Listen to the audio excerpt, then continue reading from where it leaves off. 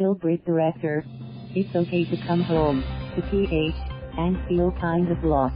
New York Filipino British filmmaker Andrea Walter was in town recently for the SOHO International Film Festival NYC, where her directorial debut NC by Design was the opening film. Co-produced by Joanne Cabalda Banaga, the film tackles the homecoming experience of two millennials who grew up overseas. Returning to the Philippines in order to reconnect with their roots don't quite measure up to expectations as cultural gaps begin to boggle their minds. Banaga was thrilled to be part of a team who you can collaborate left square bracket with right square bracket to tell a good story and in the end, gain the respect of your peers in the industry. In Spoiler.net, New York correspondent Elton Lugay caught up with both Walter and Cabalda during the SOHO Film Fest. Excerpts from the interview with Walter last June 21st. IMQ, on a personal level, what kind of fulfillment did you get after doing the movie? Growing up, looking this Caucasian, being this race, I always felt like an outsider. And in the process of filming, I understood from screenwriting all the way to shooting all the way to editing, you're really Filipino. It, personally for me, made me feel I was actually welcomed at home. And to see so many Filipinos come out to watch the movie and support the film, it's very heartwarming. IMQ, what are you hoping to achieve from doing this movie, especially since you shot it in the Philippines and it talks about two millennials growing up overseas and coming back to reconnect with their roots? How much of that story is related to you somehow? A lot of it is related to me, cause I grew up in so many different countries with parents from different backgrounds. What I want people to take from the film, especially the Filipinos, us and all of that, is that I want them to understand it's okay to come home and feel kind of lost. Cause at one point you'll understand this is home. I met a lot of Filipinos abroad who are scared to come home and they are scared to reconnect with their culture. They don't feel a part of it. I also meet a lot of Filipinos in the Philippines who are scared to venture out. And I want everyone to understand that we now live in this global world. It's okay to try new things and feel lost. It's okay to feel foreign. You know, try it, because at one point you're going to find something about yourself and about that culture. IMQ, what do you say to those Filipinos who are born overseas and are not as proud as you are?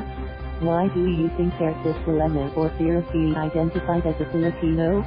Well, I think with Filipinos that are abroad and they've never grown up in the Philippines, I think they're kind of scared because they've never been there and they don't see themselves. And one of the biggest things I found left square bracket and right square bracket making this film is that when I show it to the Filipino-Americans, they start to understand what it's like to be in the Philippines as a Westerner. Came out, we started to see ourselves on screen. So what I want to do with my group is the same thing. I want to let Filipinos see that you're there too. You exist. You are validated.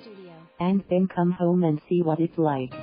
IMQ, is there any message you want to give to the Filipino audience in New York? I appreciate New York a lot. It feels a lot like London, and it also feels a lot like Manila. It's this big concrete world and I really liked it.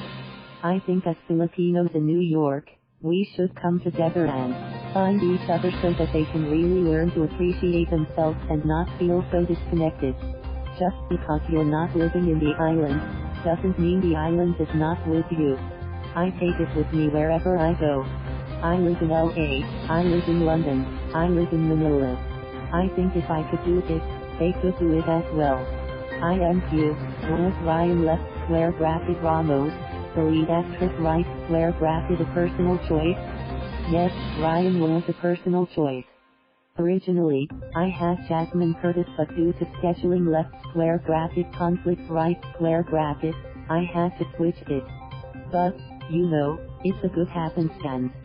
IMQ, if there's one biggest challenge or hurdle that you encountered from doing the movie in the Philippines, what would it be?